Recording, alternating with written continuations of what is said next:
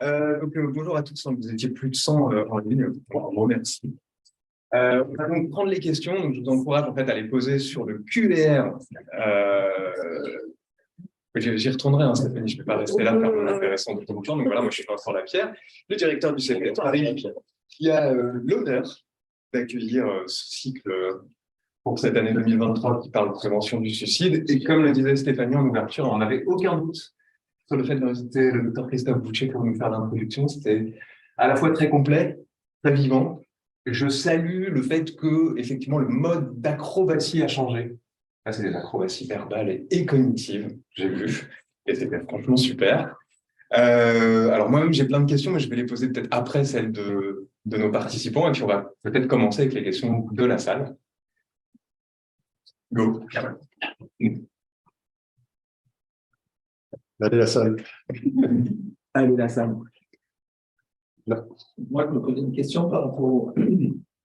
Finalement, est-ce que dans les autres sociétés, on a des chiffres sur le suicide, je ne sais pas, dans les autres pays comme l'Afrique, les sociétés finalement où j'ai l'impression que le vieux est plus, la famille s'occupe du vieux plus tard, et du coup, il est peut-être mieux entouré que dans nos sociétés au final où le vieux est, entre guillemets, est mis en EHPAD, et dérange un peu. Alors, je ne maîtrise pas forcément cet aspect du sujet, mais je sais que quand on discute avec des collègues africains notamment, ou autres, ils disent qu'il y a quand même une grande partie de ces représentations qu'on a de la vie, effectivement, où la famille est présente, etc., qui deviennent très mythiques quelque part. C'est-à-dire que oui, ça a été le cas. Après, il ne faut pas oublier que la mortalité était aussi très importante, donc vieillir était quelque chose qui n'était pas forcément évident.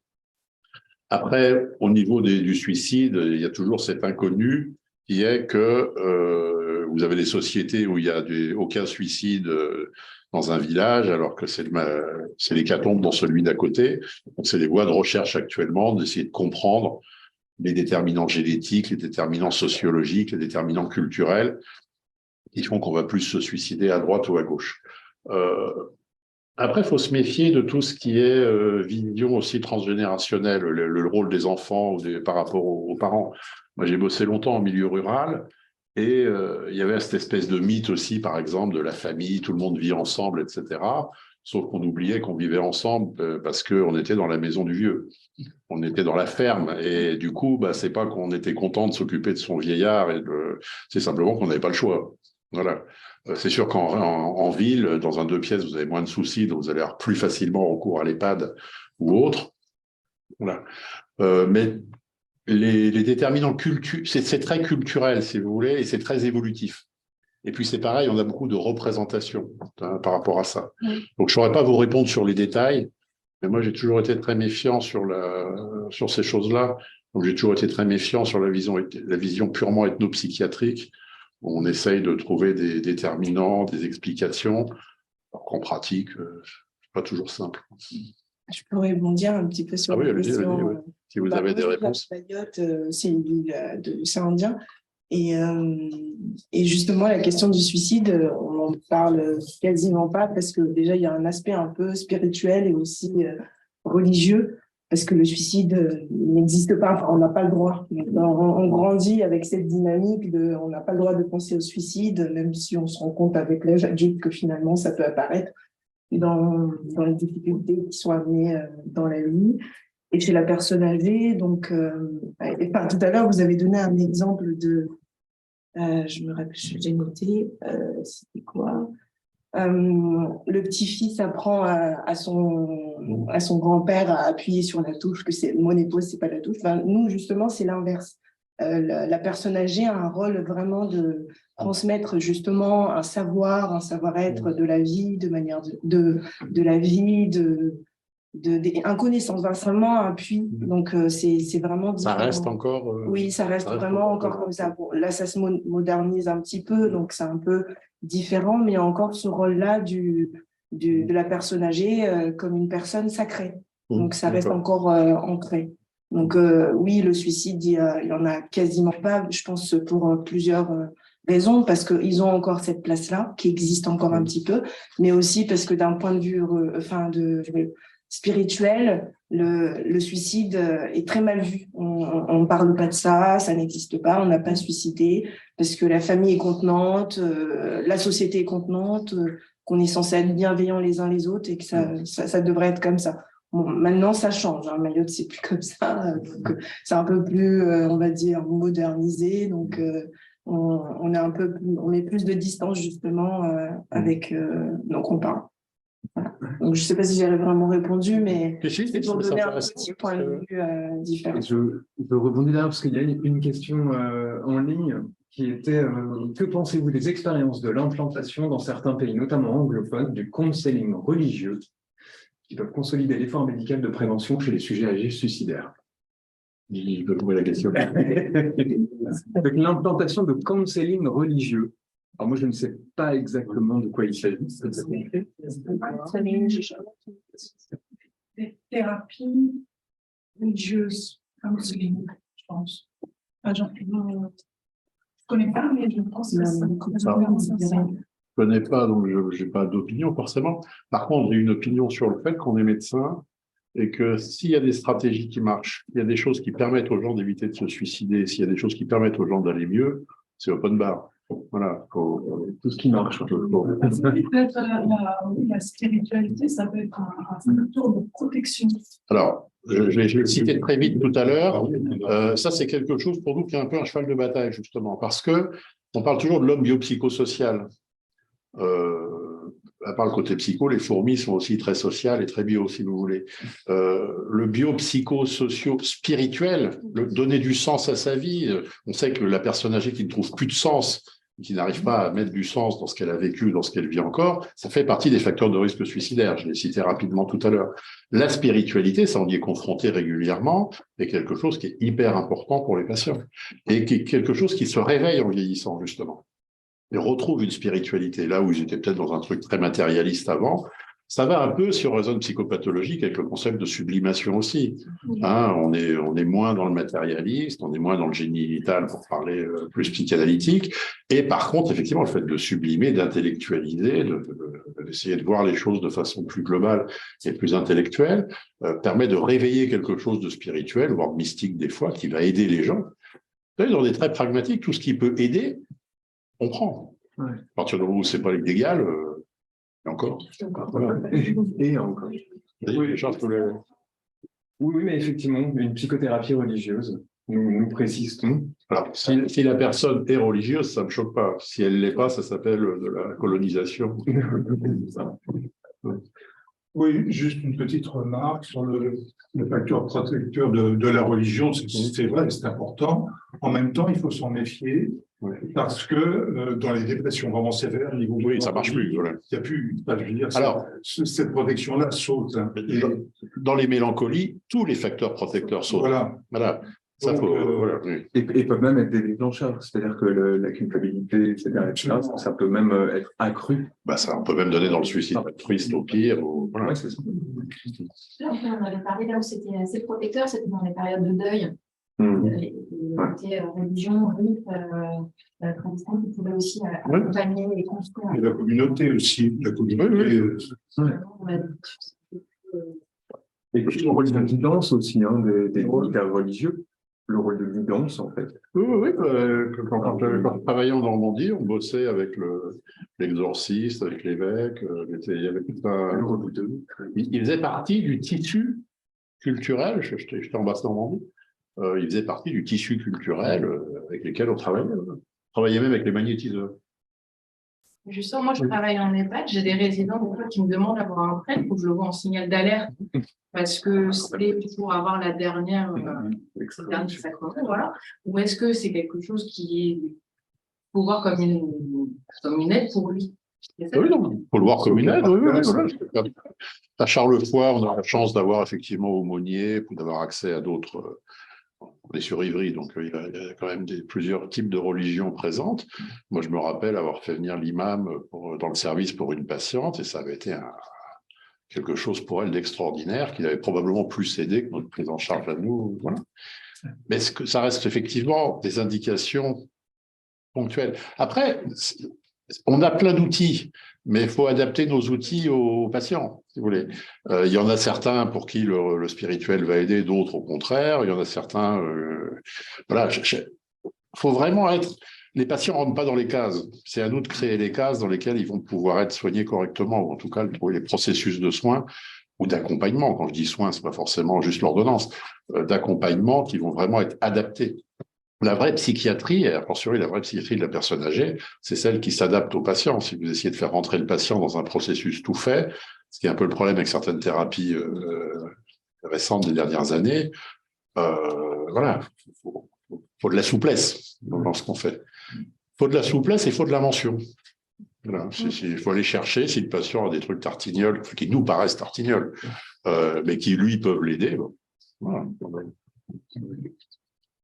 Pour revenir sur ce que vous disiez sur la question de la vie familiale, de la prise en charge des aînés par les générations qui suivent, là aussi, il y a aussi beaucoup de mythes. Alors, on a entendu beaucoup, c'était mieux avant, parce qu'avant, mais en fait, c'était contraint. D'abord parce qu'avant la guerre, il n'y avait pas de sécurité sociale, pas de retraite, donc la personne âgée qui arrêtait de travailler, elle était sans revenu, donc il y avait une obligation des enfants ou alors des associations. Et moi, j'ai beaucoup de résidentes en EHPAD qui, quand elles se sont mises à me raconter leur parcours, leur difficulté d'adaptation dans l'EHPAD, quand même beaucoup m'ont dit, mais attention, moi j'ai fait ce choix d'entrer en EHPAD parce que moi je me suis tapé ma belle-mère. J'ai eu ma mère à la maison parce que c'était comme ça avant, on n'avait pas le choix et ça a été l'enfer. Voilà. Donc je ne pense pas que ça soit nécessairement de vivre ensemble, c'est la qualité du lien qui compte plus que le fait d'être en groupe quand on n'a pas vraiment choisi. C'est le travail qu'on fait avec les aidants. J'aime pas le terme d'aidant d'ailleurs, mais c'est le travail avec les familles. Expliquer à la fille d'un patient que c'est pas son infirmière, que c'est pas son assistante sociale, qu'elle soit la tutrice de sa mère, c'est une aberration prodigieuse au sens psychologique du terme. Ça arrange les juges, mais voilà. Que son rôle, c'est d'être la fille, c'est d'aimer sa mère, c'est d'être dans un lien affectif, ça les aide. La personne qui va accompagner ou aider, au sens aidant principal, une personne âgée en souffrance. Le jour où la personne âgée va décéder, si tant est qu'elle décède la première, on a des surprises des fois, après il y aura un double deuil à faire. Il y aura le deuil de la personne, mais il y aura le deuil de la fonction soignante qu'on a exercée auprès d'elle et qui est quasiment un deuil impossible.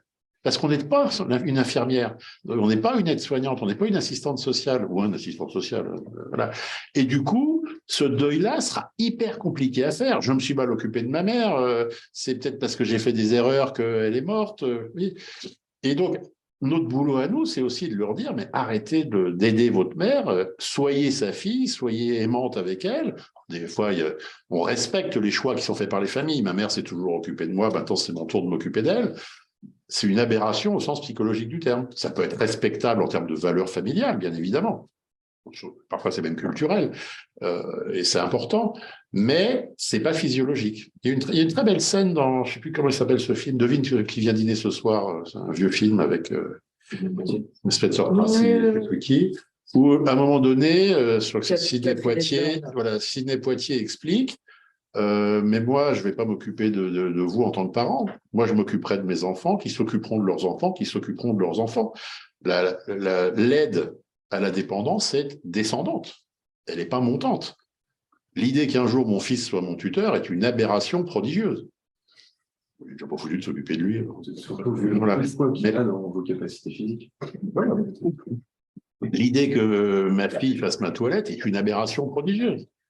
L'avantage, c'est aussi qu'on multiplie les liens autour de la personne âgée. Quand on n'est pas le seul qui se oui, tout, hein, c'est qu'ils vont avoir une infirmière, et puis on les aime ou on les aime pas, mais ça fait du lien. Enfin, je veux dire, alors après, il y a le côté matériel, pragmatique, logistique, qui, hélas, n'est pas toujours faisable. Et même, on voit un truc en milieu hospitalier ou en EHPAD, on a des fois des aberrations, des inversions de rôle ou de fonction. C'est l'infirmière qui tient la main du patient et c'est l'épouse qui fait le soin.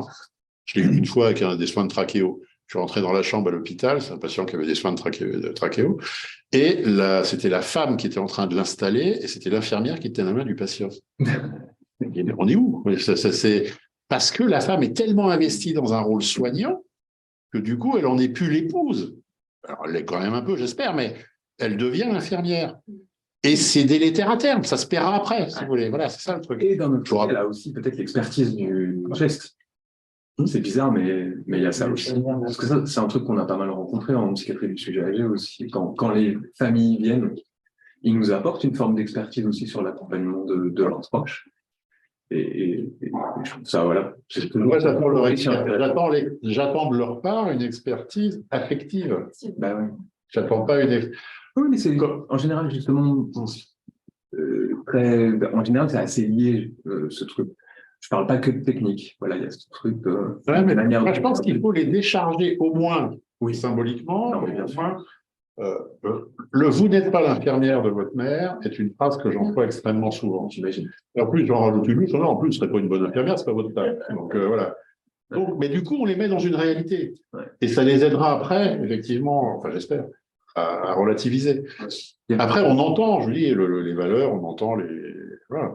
Respectueux, chacun fait comme il veut, tant que ça n'abîme pas l'autre. Mais... Ouais, il y avait d'ailleurs donc un commentaire du centre de formation des aidants, voilà, qui ne posait pas une question, mais remerciait qu'on ait parlé justement des aidants et du lien essentiel avec les familles.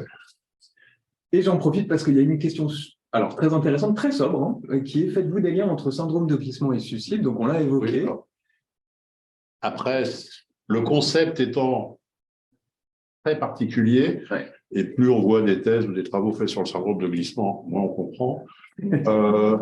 Pour moi, c'est un équivalent suicidaire. Ça reste. Ce qui me gêne dans le concept du syndrome de glissement, c'est que c'est un peu comme l'éthique. Ça va, enfin l'éthique. J'ai rien contre l'éthique. Il ne faut pas que ça devienne un justificatif à certaines choses. Le patient est dans un syndrome de glissement, c'est son choix, c'est son karma, laissons-le glisser. Moi, mon raisonnement est inverse. C'est un équivalent suicidaire, probablement dépressif derrière. Moi, je vois des dépressions partout. Mais s'il y a une dépression, si effectivement il y a une souffrance psychique, accepter que le patient se laisse glisser parce qu'on considère que c'est son karma, c'est l'antithèse totale de notre métier. Notre métier, c'est d'aller aider la personne à ne plus souffrir. Et si, n'étant plus en souffrance, elle se laisse mourir parce que c'est son choix, ça peut être entendable, sauf que quand on soigne bien la souffrance, on s'aperçoit que ça disparaît. Voilà. Mais tolérer l'idée que la personne âgée ne va pas bien, elle veut mourir, laissons-la mourir parce que c'est son choix, c'est pas entendable pour un psychiatre dans un contexte où on peut avoir une sémiologie dépressive. On est toute la journée, on voit des gens qui nous disent « je veux mourir, c'est mon droit ». C'est mon droit, ils ne le disent pas tous. C'est un truc d'ado teigneux. Mais ça va venir. Oui, mais c'est bien. Et puis, n'oublions pas que d'un point de vue psychopathologique, l'adolescence et le vieillissement, entre guillemets, c'est la même problématique inversée. Je ne vais pas pouvoir se transforme en je ne peux plus. Ce qui est plus dur, parce que la dynamique de projet est difficile pour le coup à mettre en place. Mais non, le syndrome de glissement, pour moi, c'est un patient qui est suicidaire. Enfin, je caricature un peu, mais c'est un patient suicidaire chez qui il faut qu'on essaye de faire cette chose. Ce qui est difficile dans le syndrome de glissement, c'est la temporalité qui peut être très rapide. Qui n'est pas la même temporalité que celle du psychiatre. C'est-à-dire que, moi qui ai travaillé en liaison, j'ai des patients à mourir en une semaine. Je pense que c'est ça qui est compliqué.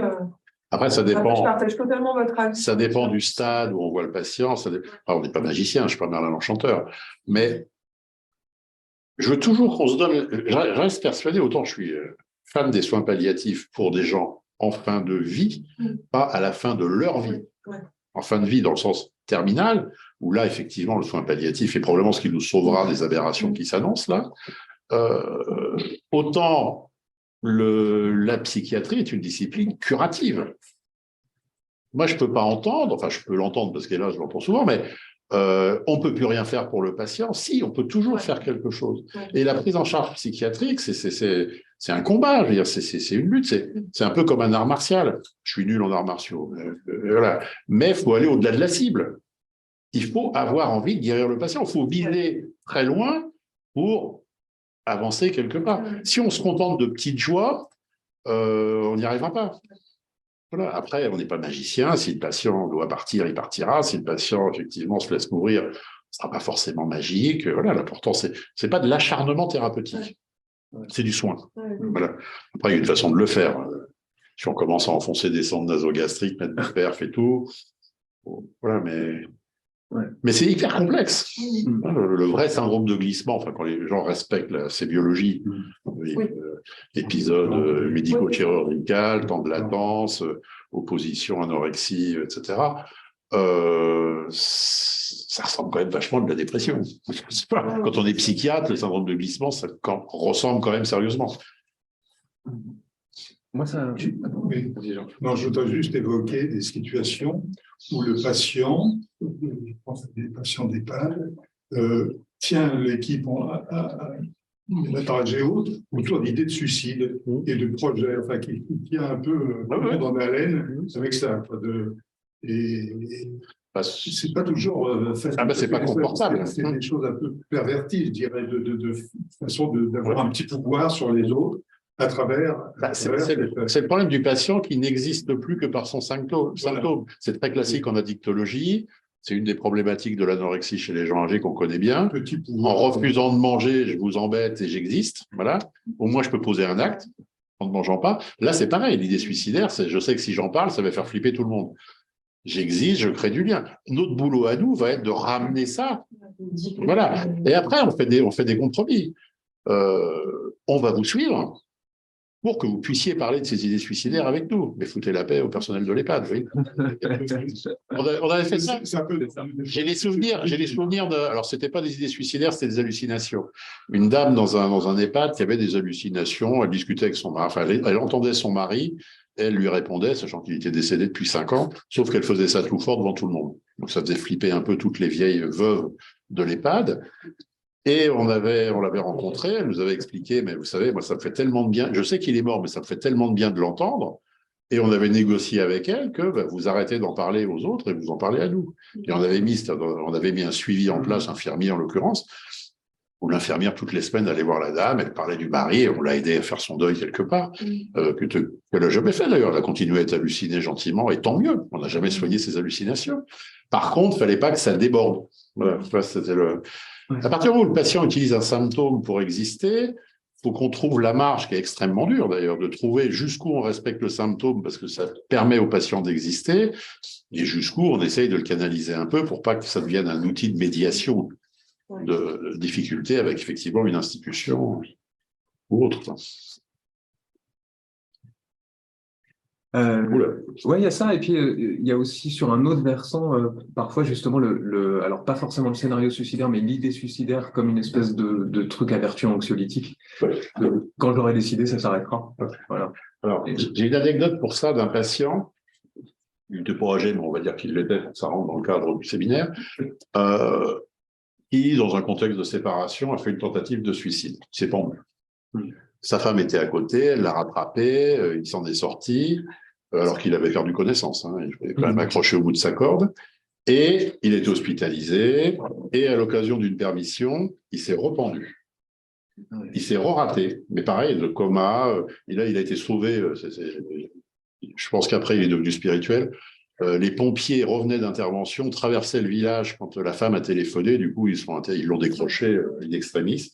Il s'en est sorti, pas de séquelles cognitives, etc. J'ai continué à le suivre en consultation après, il allait un peu mieux. Et alors, quand il arrivait en retard en consultation, j'étais comme ça. Déjà que le type qui se suicide pendant une permission, ça avait une certaine ambiance, donc on l'adorait. Et il me sortait cette phrase hyper angoissante. Mais docteur, vous savez, j'ai essayé de me tuer 2 fois. Les 2 fois, finalement, ça réglait mon problème. Je ne l'ai pas mal vécu. Il y a eu de la chance, parce que pendaison, ce n'est pas forcément évident. Et je sais que je peux le refaire. Et ça me rassure de savoir que je peux le refaire. C'est-à-dire, si un jour je vais vraiment mal, je sais que je peux le faire et ça me fait du bien de savoir que je peux le faire. Moi, je suis obligé de prendre des tranquillisants quand je le fais. C'est légèrement déstabilisant pour le thérapeute, mais c'était un peu ça. C'est l'idée que je peux me suicider me permet de tenir quelque part. Voilà. C'est très présent, cette idée-là, que si c'est vraiment insupportable, on a les moyens de mettre un terme à l'insupportable de la souffrance. Alors, si le patient va suffisamment bien, on espère. Merci. On espère que l'idée se mettra de côté, quoi. Mais ah oui, non, c'est stressant de bosser avec des gens suicidaires. Ouais. J'ai 32 ans, oui, on vieillit précocement, oui. Parce que justement, alors ça va un peu avec, c'est par rapport donc au modèle de la crise suicidaire qu'on utilise notamment en formation et ben, nous, on rencontre beaucoup de personnes âgées où, finalement, si on reprend les critères, elles sont en crise suicidaire depuis 5, 6, 7 ans. Ce truc-là. Et du coup, est-ce qu'on qualifie ça de crise ou qu'est-ce qu'on fait de cet état-là, en fait? La crise suicidaire, c'est un concept qui est intéressant, j'allais dire plus de façon pédagogique, voilà, que ils ne font pas tous comme dans le manuel. Quand on voit les malades en vrai, on se rend compte que voilà, c'est pas tout à fait comme ça que ça marche.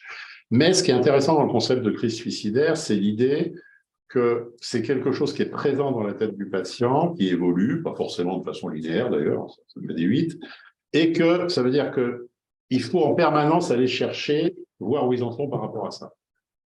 C'est ça qui m'intéresse, moi. C'est vraiment ce qui permet, le concept de crise suicidaire, c'est ce qui permet de dire, il y a une prévention, parce qu'il faut aller chercher l'idée suicidaire, voir où elle en est. Après, l'idée suicidaire peut s'inscrire dans le parcours de vie du patient, ce qu'on disait juste avant. On a tout, quand on suit des patients au long cours, on vit avec des patients qui ont des idées suicidaires tout le temps, ça vient, ça part, ça vient, ça part. Des fois, ça disparaît, on est content, et paf, ça ressurgit brutalement, des fois de façon délétère. Définitive. Voilà, mais oui, ça fait partie de la vie psychique du patient. C'est une cognition. Voilà, donc, et puis, un truc aussi avec les personnes âgées qui est assez classique, quand ils ont eu un symptôme, on a ça avec les thèmes mélancoliques. Un patient qui fait une dépression, thématique mélancolique, je suis ruiné, je suis incurable, je suis coupable, je suis tout ce qu'on veut. Le patient guérit de sa dépression. Je dis bien guérit. Il sort de là, il retrouve un élan vital, du plaisir, de la motivation, une bonne estime de lui-même, etc. Mais il garde les idées.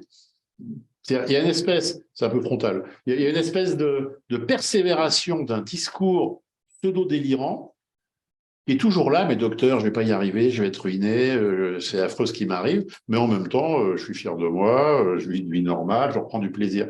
Il y a une espèce de cicatrice qui reste un peu présente, ou de discours stéréotypé, c'est très classique, qui reste et qui est très déstabilisant. Ouais. Parce que le patient qui vous dit « je suis ruiné, je suis incurable » et qui en même temps va bien. Donc il y a ce côté-là aussi, c'est le fameux suicidaire un jour, suicidaire toujours. C'est pas vrai, mais c'est pas faux. C'est pas vrai parce qu'on l'a tous été à notre premier chagrin d'amour. Voilà. Ouais. On a pas mal de questions en ligne, hein, j'y reviens, Monsieur Loyal. Alors, là, c'est un exemple autour d'une situation clinique, ça va peut-être être difficile parce qu'il faudrait qu'on la construise dans l'échange, mais peut-être on peut suggérer à la personne qui a soulevé la question, éventuellement d'appeler le CPS Paris, nos coordonnées sont trouvables, ou le 3114, bien sûr, parce qu'il y a des professionnels qui répondent et qui sauront partager beaucoup de choses. Quelqu'un qui nous dit, d'accord avec ce qui est dit, cependant tout dépend de comment s'est construite la relation entre l'enfant et son parent. Il arrive régulièrement que depuis le début, l'enfant se positionne comme le parent, le sauveur de son parent. Et c'est ce qui peut se rejouer de façon caricaturale quand le parent devient vieux et dépendant, avec des points d'interrogation. Alors, oui et non.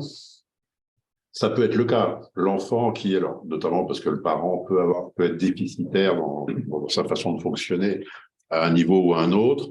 Il y a des enfants qui sont adultes très vite et qui se retrouvent avec des responsabilités au niveau familial. C'est pas forcément ceux qui vont s'incruster dans un schéma quand les parents seront âgés. C'est l'éternel problème. On a un modèle éducatif, on a un modèle de vie quand on est jeune. On peut donner dans le copier-coller ou on peut donner dans l'inverse après. Voilà. Et il y a des militaires de carrière paranoïaques qui font des anarchistes et qui font en parallèle d'autres militaires de carrière paranoïaques. On a souvent ce côté plutôt des enfants, enfin, c'est subjectif puisque c'est l'expérience personnelle, je ne connais pas la théorie qui va avec, mais le patient, l'enfant qui a été justement couvé par sa mère, dont la mère s'est occupée, qui peut-être s'est pas libéré justement de ça, mais qui n'était pas dans une position d'aider sa mère, qui était vraiment dans une position d'être aidé par sa mère. Et le jour où la mère fait sa dépression grave ou son trouble cognitif, va se sentir un devoir. Ouais. Ma mère m'a aidé, m'a soutenu, je dois maintenant aider ou soutenir ma mère. C'est là que nous, on a un discours qui relativise. C'est plus ça que j'ai, moi, comme schéma. Tous les enfants qu'on voit, alors ça c'est surtout quand on fait de la dicto, mais qui effectivement se sont retrouvés à gérer la famille, gérer le petit frère et la petite sœur, parce que le père ou la mère était, on va le jouer à l'ancienne, le père était absent et la mère. Voilà. J'ai pas l'impression que c'est cela, enfin, dans mon expérience, c'est pas forcément cela qu'on va retrouver à continuer le même schéma. Je sais pas quelle expérience vous en avez pour le coup. On a la même. Ouais. Même. On a la même. Mais c'est subjectif, hein. C'est peut-être que la personne qui pose la question a une autre expérience. Bah, c'est ça. Et puis c'est vrai aussi que alors, des patients avec des pathologies, on sait par exemple les enfants d'alcooliques. C'est pour ça que je veux dire, c'est typique du patient addict, Ouais. où la fille soutient le paternel, s'occupe des petits frères et des petites sœurs. Ouais. Et puis, dès une fois que les enfants sont grands et qu'elle peut se barrer, elle se barre. C'est plus la vision que j'en ai. Voilà. Je partage. Et à l'inverse, il y a aussi des patients âgés qui, quelque part, sont dans une attente d'aide de la part de leur famille et qui, du coup, refusent d'autant plus l'aide professionnelle que doit venir d'un endroit. Il y a le fantasme, je veux que ma fille me prenne à la maison. Hein. Voilà. Avec une fille qui peut être lucide et pas d'accord. C'est ça. Et avec un espèce de chantage, voire au suicide. Alors, j'aime pas le terme chantage au suicide, mais menace suicidaire. Tu sais, si de toute façon je dois rester toute seule, je me tuerai. C'est ça. Bonjour, là on a un double boulot. Donc Ouais. Et c'est un deuil qui peut accompagner et qui est super complexe, je trouve. Ah oui, ça prend du temps. Ça se fait pas en 2 minutes. Après, là-dessus, il faut avoir, moi je pense qu'il faut avoir des positions assez fermes en termes de cadrage avec la personne âgée. Les gens sont responsables de leurs désirs, ils ne sont pas responsables du désir de l'autre, enfin de l'attente de l'autre. Donc, vous avez envie d'aller vivre chez votre fille, c'est très bien. Moi, j'ai envie qu'il fasse beau en Bretagne. Chacun son truc. Maintenant, la réalité, c'est que votre fille n'a pas envie de vous prendre à la maison et c'est sa responsabilité, c'est son désir à elle. Et voilà, il n'y a pas un désir qui s'impose à l'autre. Mais après, il y a un travail autour de ça. Bien sûr. Je réfléchis, j'associe avec, je me demande si vous pouviez réagir sur l'influence un peu des discours ambiants ou banalisants ou idéologisants sur la prévention du suicide, mais aussi sur le deuil, sur des familles endeuillées par suicide qui vont du coup reconstruire une histoire du suicide du sujet âgé en disant bah c'est comme ça, c'est super, c'est héroïque, c'est ce qu'on voit aussi dans la fiction. Qu'est-ce que ça peut faire aussi sur les descendants? C'est à double tranchant. Avant la réponse, je me permets d'insister sur l'intervention à venir d'Edouard Laune sur le deuil après suicide et l'accompagnement des familles, qui va être super. Et comme on a aussi des questions en ligne sur la question de l'euthanasie et voire du suicide assisté. J'ai oublié le sujet sur l'euthanasie avec moi.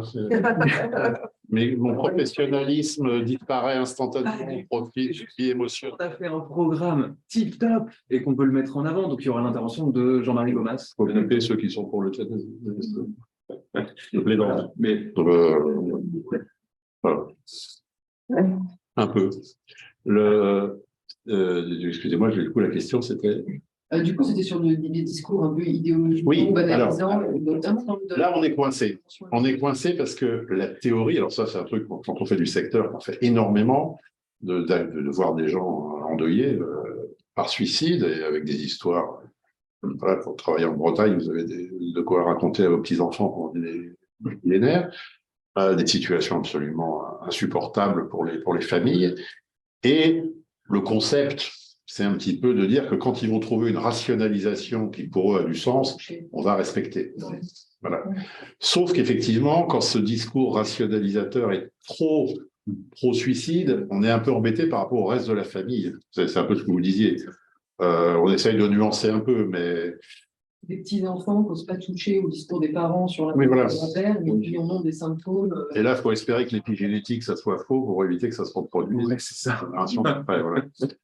Non, c'est des trucs... Enfin, je me rappellerai toujours de cette mère qui est assez âgée, hein, et son fils est suicidé en se pendant derrière la porte d'entrée, sachant qu'elle allait tous les matins chercher le pain, et donc elle a ouvert la porte, elle est nez à nez avec son fils, etc. Il lui a fallu des mois, voire des années, pour arriver à considérer, à rationaliser sur le fait que son fils était sale con, et que, je crois que je le dis avec des guillemets, mais elle a accepté l'idée que la violence de ce qu'a fait le fils était dirigée contre elle, n'était pas quelque chose de sympa. Voilà. Il a fallu travailler pour virer sa culpabilité, mais il y avait ce côté, il a fait un choix. Il a fait le choix de le faire, je le respecte. Oui, mais on va dire oui. Même si en pratique, théoriquement, c'est pas le discours officiel. On en revient à ce qu'on disait tout à l'heure. Nous, ce qui nous intéresse, c'est que les gens aillent bien. Donc, s'ils nous trouvent une rationalisation tartignole, on va la respecter. Le problème est, est-ce qu'elle est solide? Est-ce qu'elle tiendra à la distance? Voilà, c'est ça le truc. Est-ce qu'elle ne produit pas d'autres symptômes? Mais c'est là qu'on voit qu'on n'est pas magicien. La confrontation aux faits suicidaires, quelque chose d'extrêmement complexe. Il n'y a pas de règles, il n'y a pas de modèle. On bricole, enfin, on invente, on bricole, on respecte. On a un temps de retard sur les gens. Hein. Après, je trouve que en matière de suicidologie, la chose la plus importante quand on travaille avec des familles ou des endeuillés par suicide, c'est le travail sur la responsabilité de chacun. Qui s'est suicidé, c'est sa responsabilité. Il n'y a pas de jugement de valeur derrière, etc. Et ça, par contre, c'est un discours sur lequel il faut qu'on soit, je pense, nous fermes. Je suis confronté à toutes les situations possibles, imaginables, les suicides en direct au téléphone, etc. Enfin, et il a fait ça, c'est lui qui l'a fait, c'est sa responsabilité, c'est pas la vôtre. Voilà. Alors, ramener les gens dans un truc où vous êtes responsable de vos actes, quel que soit votre acte, ça peut être favorisé par l'environnement ou par votre histoire, mais voilà. Une personne qui déprime, c'est sa responsabilité. C'est excessif, mais c'est vrai, c'est pas la faute des autres. Quand vous remplissez un vase, le vase est plein, le problème, c'est pas la goutte d'eau qui fait déborder le vase, le problème, c'est que le vase, il est déjà plein. Donc, on ne peut pas se polariser sur la goutte, il faut se polariser sur l'histoire du sujet. Et quelqu'un qui n'a pas... Je n'ai pas insisté tout à l'heure, j'aurais dû le faire dans les facteurs protecteurs, sur le concept de résilience. Voilà, quelqu'un qui a une bonne résilience, quelqu'un qui a une bonne gestion de ses stress, qui ne pillera pas trop son vase, il sera épargné. Quelqu'un qui, par contre, va effectivement accumuler, ça déborde. Ce que je disais tout à l'heure, la mort du chat qui fait déborder le vase, c'est pas le problème. Le problème, c'est que ça réactive la mort du mari et tout le vécu de la personne. Mais je crois que c'est un truc, je ne sais pas si vous avez prévu de parler de ça dans les suites du séminaire, mais arriver à re-responsabiliser les gens et qu'ils comprennent que les autres sont responsables de leurs actes. En matière de suicide, c'est pas facile, mais s'ils arrivent à l'intégrer, à se réapproprier l'idée, ça peut faire avancer plus vite. Ouais. Parce que, opinion personnelle. D'accord. Alors, parmi les questions, il y en a auxquelles on peut répondre. Alors, y a-t-il un discours stéréotypé qui peut nous permettre de détecter les idées suicidaires chez la personne âgée? Stéréotypé, justement pas. La théorie officielle, c'est qu'il ne faut pas dire idée noire.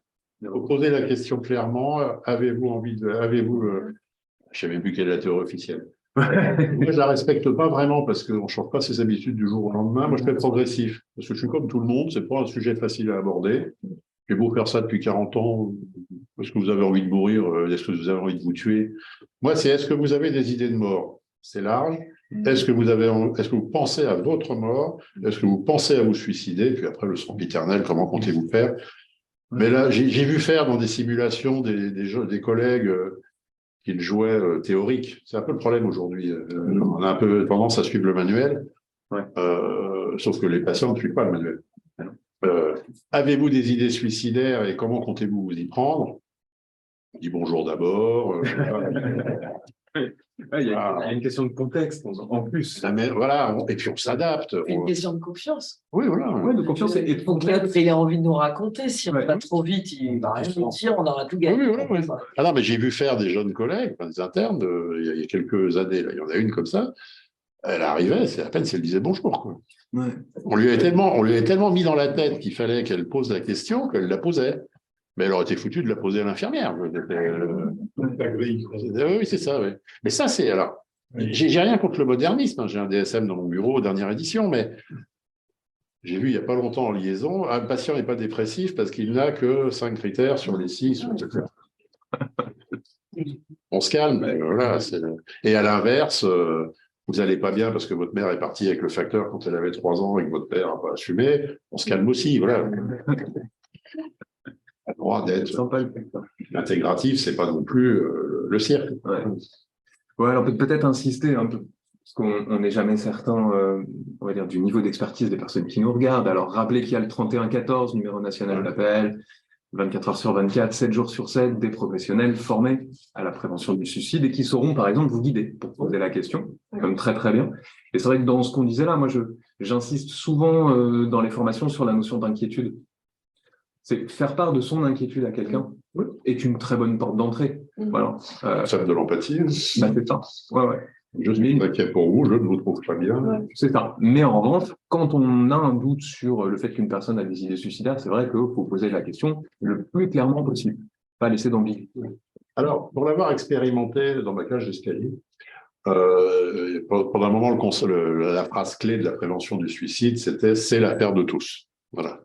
Donc, il faut poser la question, est-ce que vous avez des idées suicidaires, mais que vous soyez psychiatre, éducateur sportif ou voisin de palier. Et pour être tombé une fois sur quelqu'un qui allait très mal, mais dans une cage d'escalier, j'étais obligé de discuter avec parce qu'elle était au milieu, je ne pouvais pas rentrer chez moi. Donc, il n'avait pas pu poser la question. Ouais. C'est quelqu'un que je connaissais un peu. Et j'ai voulu lui proposer de rentrer chez moi. En fait, elle en sortait parce que c'était une histoire sauvage de remaniement affectif chez les adolescents, un peu compliqué. Et c'est quasi impossible de poser la question en dehors d'un bureau de consulte. Et voilà, déjà, en consultation ou à l'hôpital, des fois, on a presque envie de revenir dans la chambre. Merde, j'ai oublié de lui demander s'il voulait se suicider. Voilà. C'est quand même pas inné comme truc. Voilà. Mais le faire en dehors du contexte, faut être honnête, c'est quand même pas très facile. Voilà. Enfin, je sais pas, mais quand on parle, enfin là, on parle de personnes âgées, mais j'aime bien, enfin les ados, je maintiens qu'il y a quand même je suis pas forcément très calé sur le sujet au niveau psychopathologique, mais c'est quand même la même chose, plus ou moins avec des variantes. C'est pareil, il faut demander à l'adolescent s'il a envie de se suicider. Ouais, il faut, mais pareil, en dehors d'un bureau de consultation, c'est légèrement compliqué. Ouais, c'est ça. Parce que je ne sens pas bien, je suis à ton écoute, tu n'as pas envie de te suicider? On retient le message grand public qui est qu'on n'induit pas l'idée chez des gens qui souffrent. Oui, quelqu'un qui souffre. on peut parler de suicide dans une relation duel. Ouais. Oui, voilà. N'oublions jamais, ça manque, je trouve, dans le discours officiel. Clairement. Dans une relation duel. Oui, pour avoir fait des conférences grand public sur le suicide, c'est de la haute voltige. Ouais. Parce qu'on ne sait pas dans la salle s'il n'y a pas un mélancolique qui traîne et à qui on va permettre de se désinhiber un bon coup, et c'est très, très, très casse-gueule. Et je me rappelle, parce que dans une vie antérieure, j'ai bossé aussi avec des ados pour de vrai, notamment en toxicomanie, et intervenir dans des lycées auprès d'adolescents, oui, mais à condition qu'il n'y en ait pas plus de trop autour de la table. Tu vois, voilà. Ouais. Intervenir dans une classe de façon magistrale, même pas orale. Voilà. Ouais, c'est complexe. Et alors, ça résonne d'ailleurs avec une question qui a été posée, qui était comment relier l'intervention à la question des crises suicidaires au moment du passage à la retraite ou de questionnements relatifs au vieillissement. Moi, ça m'évoque ça, c'est-à-dire ces différents âges de la vie et aussi ce qu'on fait du processus de subjectivation à l'adolescence et effectivement de la resubjectivation du je suis vieux. L'adolescence, c'est l'adolescence se réveille. Voilà. Puis le problème, c'est qu'on a toujours tendance à oublier que la représentation qu'on a de l'adolescence, c'est un concept autonome. On n'est plus un enfant, on n'est pas encore un adulte. D'un point de vue psychopathologique, c'est l'inverse. On est encore un enfant et déjà un adulte. Ou la pagaille. Parce que quand on s'adresse à l'enfant, c'est l'adulte qui répond et inversement. Donc, il y a ce réveil pulsionnel, il y a ce besoin de s'autonomiser, donc il y a cette angoisse qui apparaît, sauf que l'adolescent n'a pas le bagage pour faire face. D'où la fragilité, la dépressivité potentielle, dont on parlait tout à l'heure, et le risque suicidaire, qui, je le rappelle, ça c'est peut-être parce que je bosse avec des personnes âgées, heureusement, il n'y en a pas tant que ça. Ceux qui se suicident le plus, c'est les adultes jeunes, ce n'est pas les adolescents. Heureusement.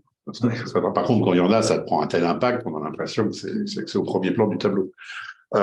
Après, quand la personne âgée arrive sur le marché, arrive sur le marché de la vieillesse, c'est ce que j'ai évoqué tout à l'heure. C'est tout ce processus d'adaptabilité. Donc, il y a vraiment, c'est pour ça d'ailleurs, le critère d'âge, nous, pour la gérontopsie, c'est 65 ans. C'est totalement aléatoire, hein, il n'y a pas de définition officielle. Beaucoup de mes collègues restent sur 70-75, un peu alignés sur la gériatrie. Moi, je pense que c'est comme en pédopsie, ça devrait être 18 ans. Il y a la majorité, symboliquement, c'est quelque chose qui bouge. 65 ans, c'est approximativement, enfin bientôt ça sera 70, c'est approximativement l'âge de la retraite. Alors, effectivement, à 62 ans, on n'est pas vieux. 65 ans, on n'est pas vieux au sens physiologique du terme. Mais 65 ans, la vie qu'on a eue jusque-là n'est plus la même. Et donc, ça veut dire qu'il y a brutalement, on se retrouve confronté à des réalités. Si on les a appréhendées un petit peu, ce que je disais tout à l'heure, je me fais à l'idée que je ne fonctionne pas pareil à 60 qu'à 40, et qu'à 80, ça sera pareil. Enfin, ça ne sera pas pareil. ça va. Si on s'adapte au vieillissement, voilà. Mais la retraite ou le 65 ans, c'est un choc. Alors le choc, ça peut être un infarctus, ça peut être une chute de vélo qui vous empêche de faire vos activités, mais la retraite, on connaît tous des gens qui se sont suicidés le lendemain de leur pot de départ. Et voilà, pas bien. C'est quand même peut-être pas un classique, mais quelque chose de fréquent. C'est pas un traumatisme non plus, parce que je trouve ça excessif, mais c'est pas anodin brutalement de passer de je suis dans la vie sociale et brutalement je n'y suis plus. Si je calcule ce qu'est ma vie sociale actuellement et que j'imagine ne plus l'avoir, mais avoir une vie de retraité, sachant que je compte les jours, donc c'est un sujet qui me préoccupe. 658. J'ai vérifié tout à l'heure. J'ai intérêt à anticiper parce que ça va y avoir un trou. Et puis je sais pertinemment que mes anciens collègues ne viendront pas me voir tous les lundis pour. Voilà.